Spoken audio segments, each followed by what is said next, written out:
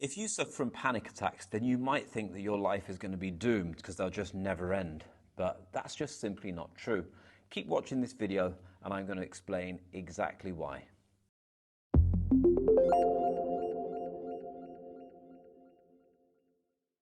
Panic attacks can be an absolute disaster, and a lot of people don't really understand what panic attacks are. Even people that have panic attacks, when I speak to them, they tell me different stories, and I'm going to explain a few of them in this video. Now, people often say to me, what do panic attacks stop people from doing? Panic attacks, they can stop you doing one thing, which will then lead to another thing, to another, to another, to another, until eventually you can even be confined to staying at home and not wanting to risk doing anything in case you have a panic attack. The worst thing about panic attacks is once you've had one, the thought of having another one can actually bring another one on, and this can be a perpetual disaster.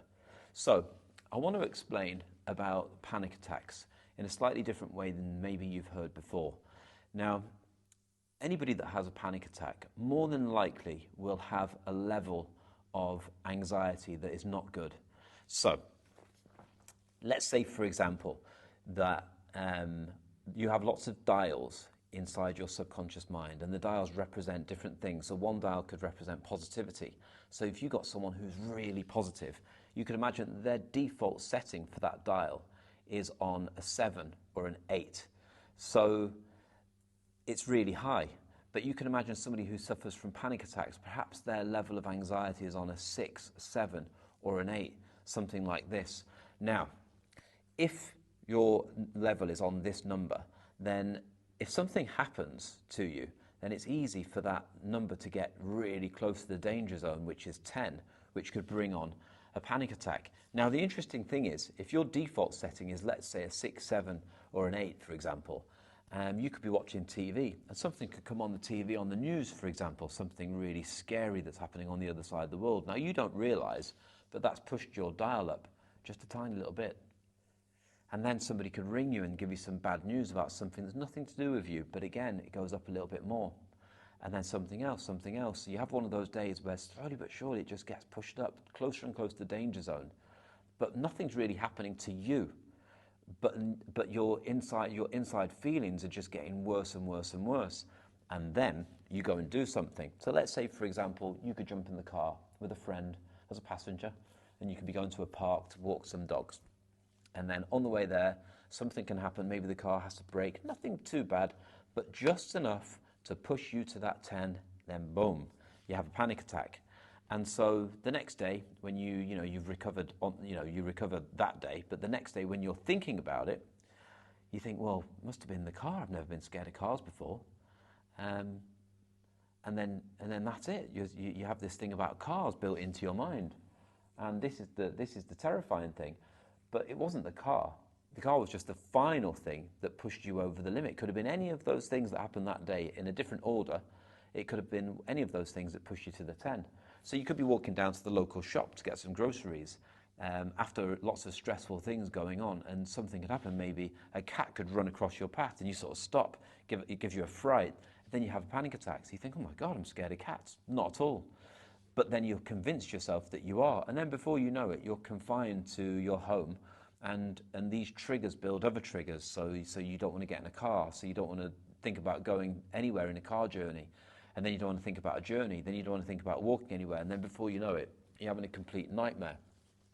Now, to get rid of panic attacks, as I'm sure you've realised, you have to get rid of anxiety to the level that it can't be pushed up to that 10. So I used to suffer from anxiety myself, and really bad. And now I can thankfully say that I'm on a 0, or let's say a 1, which is quite a funny thing to say, really, considering how I was many, many, many years ago. Yesterday, something happened to me. 2 things happened to me yesterday. That one was nothing, one was really nothing, but then I had a phone call of someone about the nothing, and they started to make a big deal of it. And it stressed me out. They really stressed me out, and they give me anxiety. I got anxiety from the whole situation. So yesterday, let's say from a 0, I went up to, and this is in the afternoon, I went up to about a 6, let's say, on the scale.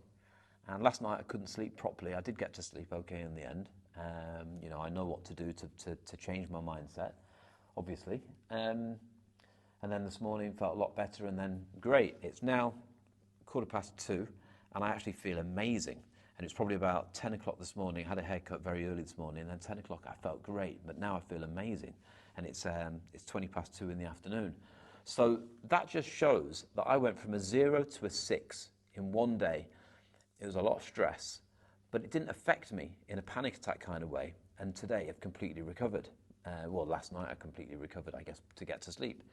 But imagine if I was on a 4 or 5 or a 6, that stressful situation might have pushed me up to an 8, 9 or a 10, then one more thing, and that could have been it.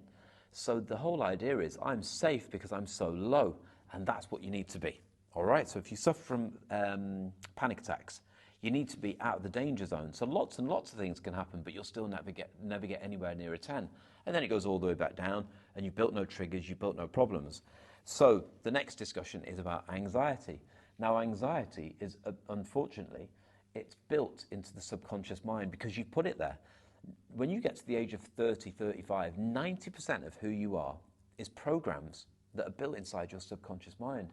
Programs that you put in there on purpose, by accident, or whatever. If you don't know about how to do it, then they're by accident. But you have programs for everything. That's why you brush your teeth in the morning when you go to the bathroom. You do certain things in the car. It just happens because we've got all these programs built in.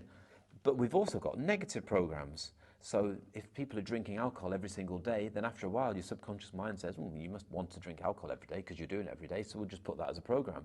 So the day you try and stop, your mind says, no, you can't stop because it's a program. We're doing it all the time now. And this is what people don't understand. It's just programs that you've built in by accident or whatever. It makes no difference how you got them in there, but they're in there. Smoking, people think, I'm addicted. Perhaps, yeah, I get that. But it's more, you've just convinced your subconscious mind that you're smoking 20 a day or whatever it is. So your subconscious mind, we have to have it, because you told us we have to have it.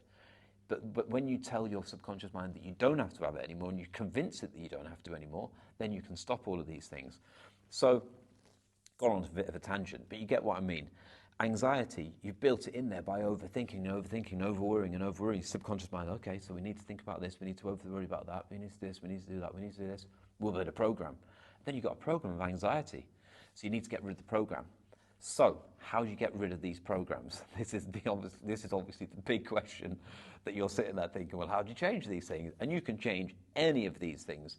If you put a knife and fork on the table exactly the same way that I do, more than likely, I wonder how many times you'd have to put it the other way for your subconscious mind to change the pattern. Now, I don't know the answer to this, but there has to be a certain amount of time that you would do it, that in the end you would automatically put the knife on the left, the fork on the right, and you've broken the pattern, all right?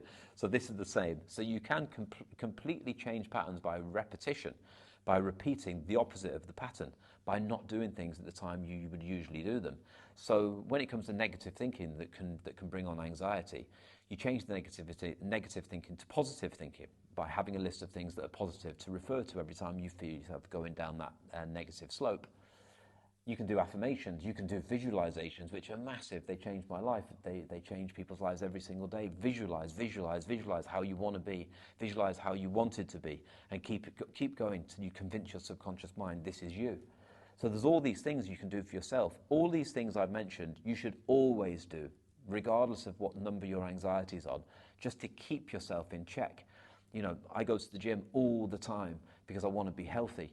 And if I stop going, then I won't be as healthy. So I just go consistently. And this is what you have to do with things like affirmations and visualizations, self-help. So the shortcut is hypnotherapy. This is what I use. This is what I use every single day with people all over the world using my hypnotherapy audios, which have been really, really carefully designed and created and helping people all the time. So the way this works is you have a subconscious mind and a conscious mind. Now, once you've got the programs in the subconscious mind, the conscious mind is the security guard on the door, not letting anything change. That's why people are scared of airplanes. You could talk to this person all day about airplanes. They're safe. Pilots here talking to them, giving them advice. Nothing's changing in that day. They're still scared of airplanes because the conscious mind is stopping this new information going in. So what do you need to do? You need to get rid of the security guards on the door. You need to put the conscious mind to sleep, talk directly to the subconscious mind.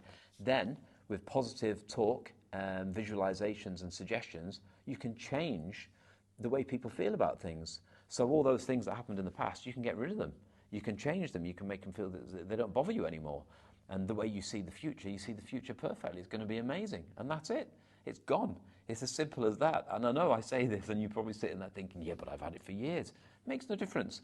I got rid of people's, literally, I've got rid of people's problems, 6 or 7 serious problems, like chronic pain, chronic fatigue, sleep deprivation, depression, anxiety, whatever it may be, in literally one session. In fact, I've done it so many times, and with the hypnotherapy audios, they are particular things. And the ones for anxiety are for anxiety, obviously. So the great thing is, you can literally be hypnotized, your conscious mind goes to sleep, your subconscious mind accepts the new suggestions, how things are going to be, then you finish the hypnotherapy session, your conscious mind comes back awake again, just like when you're daydreaming and then you're not. So you go into hypnosis and then you come out of it, that's it. And then that's it, the changes are made. When I used to do this with people, for all sorts of things, it could be smoking a cigarette, could be scared of aeroplanes, could be whatever it is. And the people would be, once I'd finished, if they had somewhere had someone with them, like a husband or a wife, whatever, the other person would say, so how do you feel? And you see their eyes would be like this. They'd be looking around their mind, trying to find whatever it was. They'd try to find, well, do I want a cigarette? Do I not want a cigarette? Do I want a drink? Am I scared of airplanes? It's gone. Just like when you've lost something in the house and you look in a drawer, and you look in the drawer, you know that thing you're looking for is not in that drawer because you've looked. 10 minutes later, this is what I do anyway. I'll look back in that drawer. I'm under the drawer, I'm on top of the drawer, looking in the same places all the time, but you know it's not there. You're not an idiot, but you can't help yourself. And this is what people do. After hypnotherapy, they're searching for it.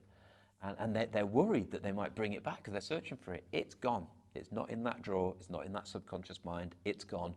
You've got a fresh start. That doesn't mean that more things are going to happen to give you more anxiety in the future. It doesn't mean you're not going to get on an aeroplane and something terrible might happen, enough for you to have a new fear of it. But then you can just do it again. This is how it works. So there you go. You can help yourself. It's more difficult, but you can do it. Watch all of my YouTube videos. Look at my Instagram, look at my Facebook, get all the tips, write them all down. I've got a book coming out very, very soon. All of these things can help you. If you want more help, hypnotherapy. Check out the audios on the website. But you can do it yourself. Visualization, you can change everything, but really give it your best go before you get help from me, for example, because you can. And if you do get some help from me, then continue to do all these extra things on top because you keep yourself in check. It's the best way to look after yourself. So there we go. There's hope. I did it. You can do it. We can all do it. I hope you've enjoyed this video. This is a very important video because this is a very serious situation. A lot of what I talk about is, but this is particularly serious. So if you know someone who's ever had a panic attack, share this with them right now because it might resonate with them and it might give them some hope. Well, it will give them some hope, won't it? So that's important.